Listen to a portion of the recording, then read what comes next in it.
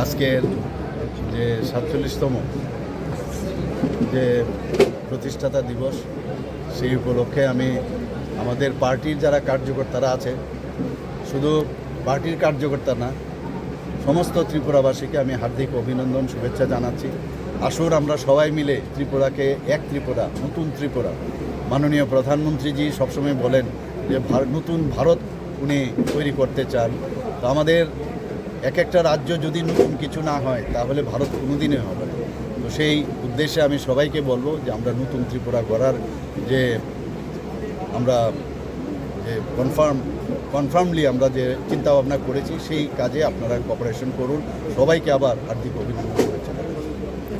দয়ালজির যে 100 বছর তখন পূর্ণ হয়েছিল, তখন সেই উপলক্ষে আমাকে দায়িত্ব দেওয়া হয়েছিল, এখানে এসেছিলাম। বুথ ম্যানেজমেন্টের দায়িত্ব দেওয়া হয়েছিল, আমাকে মেম্বারশিপ ড্রাইভের দায়িত্ব দেওয়া হয়েছিল। তখন প্রায়ই আমি আসতাম এখানে, তো সেখানে ঘুরতাম বিভিন্ন জায়গায়।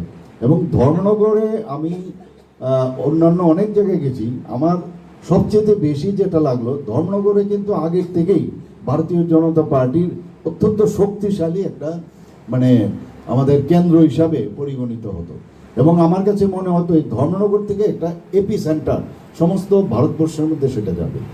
আজকে আমাদের এই মাননীয় প্রধানমন্ত্রীজির যে পণ্ডিত দীনদয়ালজির যে একাত্ম মানববাদ বা ইন্টিগ্রাল হিউম্যানিজম নিয়ে উনি যা যা কাজ করছেন, ওনার সব বিষয় নিয়েই কিন্তু কাজ করছেন। এই যে সবকা সাথ সবকা বিকাশ বিশ্বাস আর তার প্রয়াস, মাননীয় প্রধানমন্ত্রীজি উনারই সমস্ত চিন্তা ভাবনা এবং শক্তির দিক দিয়ে। আবার দেখুন, ডক্টর শ্যামাপ্রসাদ মুখার্জির কথা চিন্তা করে উনি কাজ করছেন। কি বলছেন যে প্রথমে প্রতিবাদ, প্রতিবাদের পর প্রথমে প্রতিরোধ, এবং দ্বিতীয় প্রতিরোধে যদি না হয় তাহলে প্রতিশোধ। আপনারা দেখেছেন যে আজকে দেশ কিভাবে শক্তিশালী হয়েছে। আমরা অপারেশন সিন্দুর, আমাদের মেয়েরা, আমাদের বোনেরা যেভাবে তাদেরকে দেখে দেখে আজকে পেহেলগাঁওতে যেভাবে তাদেরকে গুলি করে মারা হয়েছে, 26 জনকে মারা হয়েছিল আপনারা জানেন।